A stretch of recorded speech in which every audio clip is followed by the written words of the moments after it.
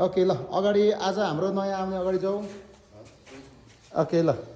अगाडि गएर आफ्नो इन्ट्रोडक्सनहरू देऊ ओके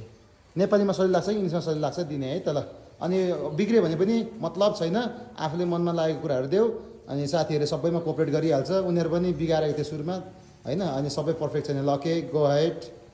मेन नाम चाहिँ रोनिस मगर म चाहिँ रामेछाप जिल्लाबाट हो बालवाटामा बस्छु गुड भिड्न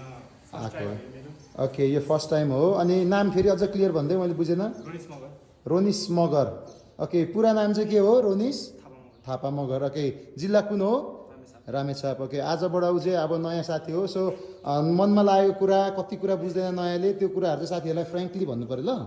अनि किनकि सबै कुरा सुरुमा आउँदैन नि त अनि आएन भने नि फेरि ला भनेर अक्वर्ड नमान्ने किनकि सुरुमा कोही पनि पर्फेक्ट हुँदैन है त्यसरी हुने हो तर कुरा चाहिँ सोध्नुपर्छ किनकि आफूले नभनिकन त साथीलाई थाहा हुँदैन तर साथीहरू सबै हेल्पफुल छ अनि भन्ने ल ओके टोल्यो नयाँ साथीको नाम के हो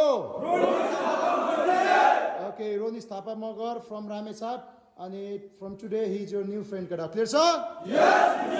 अनि साथीहरूलाई नयाँहरूलाई कति कुराहरू नीति नियमको बारेमा थाहा हुँदैन उनीहरूलाई चाहिँ सबैले गाइड गर्नु पऱ्यो केटा क्लियर छ